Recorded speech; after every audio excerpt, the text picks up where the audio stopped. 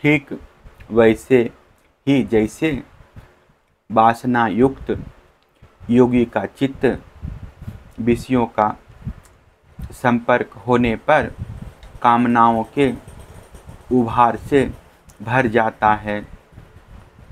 मूसलधार वर्षा की चोट खाते रहने पर भी पर्वतों को कोई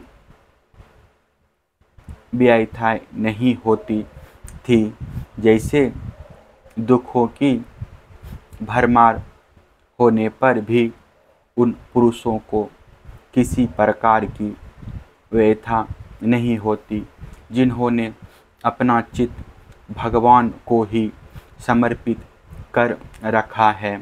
जो मार्ग कभी साफ नहीं किए जाते थे वे घास से ढक गए और उनको पहचानना कठिन हो गया। जैसे जब ध्रुव जाति वेदों का अभ्यास नहीं करते तब काल क्रम से वे उन्हें भूल जाते हैं। यद्यपि बादल बड़े लोकपकारी हैं, फिर भी बिजलियां उनमें स्थिर नहीं रहती। ठीक वैसे ही जैसे चपल अनुराग वाली कामिनी स्त्रियां गुणी पुरुषों के पास भी अस्थिर भाव से नहीं रहती। आकाश मेघों के गर्जन तर्जन से भर रहा था। उसमें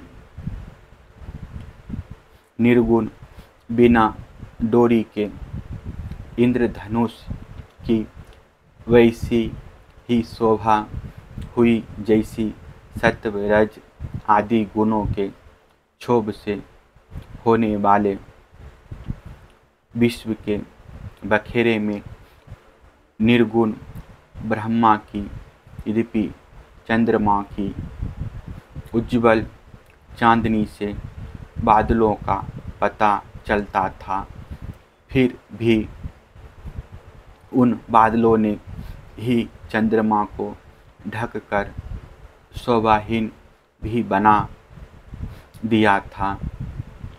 ठीक वैसे ही जैसे पुरुष के आभास से आभासित होने वाला अहंकार ही उसे ढककर प्रकाशित नहीं होने देता। बादलों के शुभ आगमन से मोरों का रोम रोम खिल रहा था।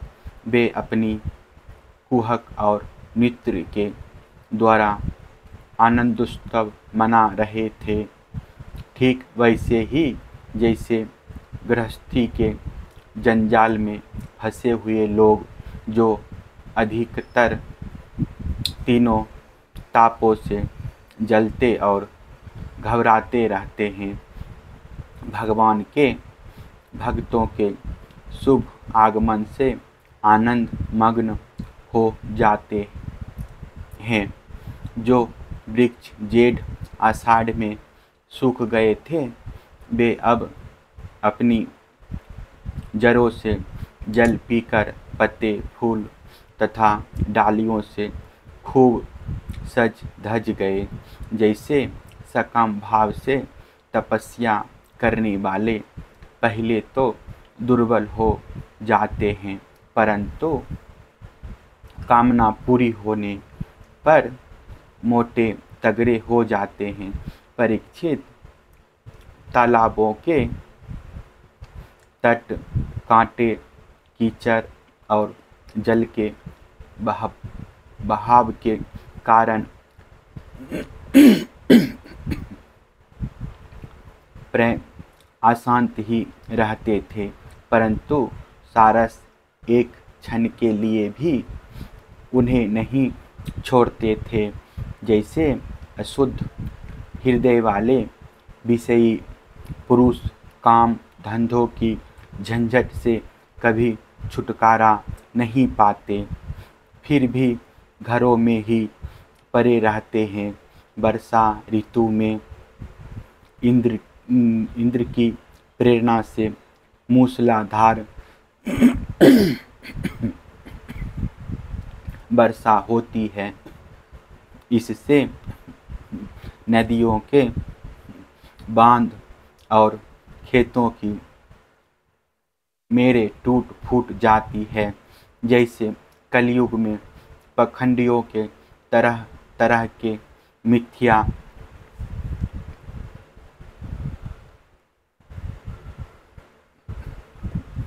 मतवादों से वैदिक मार्ग की मर्यादा ढीली पड़ जाती है।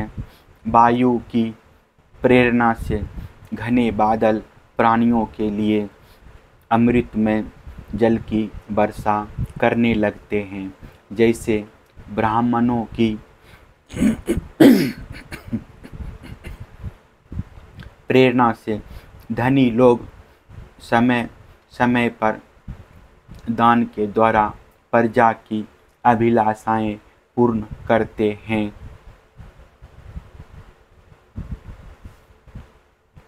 वर्षा ऋतु में वृंदावन इसी प्रकार शोभायमान और पके हुए खजूर तथा जामुनों से भर रहा था।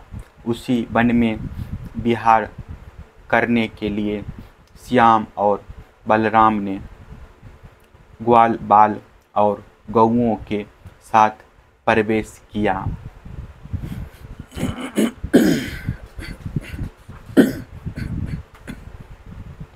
गौएं अपने थनों के भारी भार के कारण बहुत ही धीरे धीरे चल रही थी।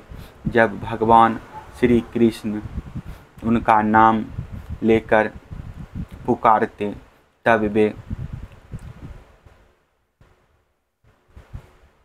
प्रेम परवश होकर जल्दी जल्दी दौड़ने लगती। उस समय उनके थनों से दूध की धारा गिरती जाती थी। भगवान ने देखा कि वनवासी भील और भीलनियाँ आनंद मग्न हैं। वृक्षों की पत्तियां मधुर धारा उड़ेल रही है। पर्वतों से झरझर करते हुए झरने झर रहे हैं। उनकी आवाज़ बड़ी सुरीली जान पड़ती है और साथ ही वर्षा होने पर छिपने के लिए बहुत सी गुफाएं भी हैं।